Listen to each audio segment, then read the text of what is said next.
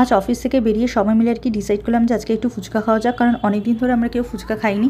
তো এইদিকে হচ্ছে আমরা একটু এসে দাঁড়িয়েছিলাম, কারণ কাকু এখনও সব কিছু আর কি সেট আপ করছিল। এদিকে হচ্ছে আয়েশার সাথে দেখা গেলো, তোকে বললাম যে তুই আমাদের সাথে দাঁড়িয়ে একটু ফুচকা খেয়ে নে। আর এদিকে ওর অবস্থা দেখো, হচ্ছে পারলে কুকুরটাকে বিস্কুট খাওয়াবি।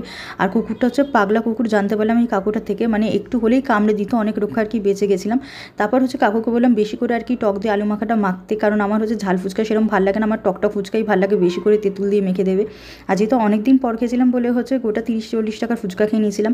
আর বাড়িতে এসে লাঞ্চ করিনি, কারণ পেটটা ভর্তি ছিল, অনেকটাই ফুচকা খেয়েছিলাম। তো হচ্ছে ফ্রেশ হয়ে নিয়েছিলাম, আর মামাম একটু তরমুজ কেটে দিয়েছিল, তো সেটা আর কি খেয়ে নিই। আর তারপর দেখলাম ফ্রিজে একটা হ্যাভমোরের হচ্ছে ডার্ক চকলেটের কর্নেটো ছিল, তো সেটাই খেয়ে নিয়েছিলাম, বেশ দারুণ খেতে ছিল এটা। আর তারপর একটু ঘুমিয়ে নিয়েছিলাম। তো হঠাৎ দেখি বিকেলবেলা হচ্ছে আবার পিপাই এসেছিল, বড় পিপাই।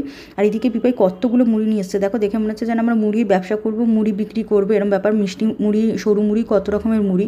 তো এই দিক হচ্ছে মামা একটু পিপাইয়ের জন্য একটু বাড়িতে একটু এগরোল বানাচ্ছিল, কারণ পিপাই হচ্ছে বাইরের খাবার একদমই খেতে চায় না, জাঙ্ক ফুড। তো মামা ওর জন্য আর কি বাড়িতে একটু হোমমেড এগরোল বানিয়ে দিয়েছিল, তো সেটা আর কি পিপাইকে দিয়ে দিলাম। আর এদিকে ঘরে অনেকদিন ধরে দেখছিলাম হচ্ছে এই রেড ভেলভেটের মার্বেল কেকটা পড়েছিল, তো সেইটা একটু খেয়ে নিলাম। তো চল আজকের জন্য এখানেই দেখা হচ্ছে অন্য কোনো ভিডিওতে, টাটা।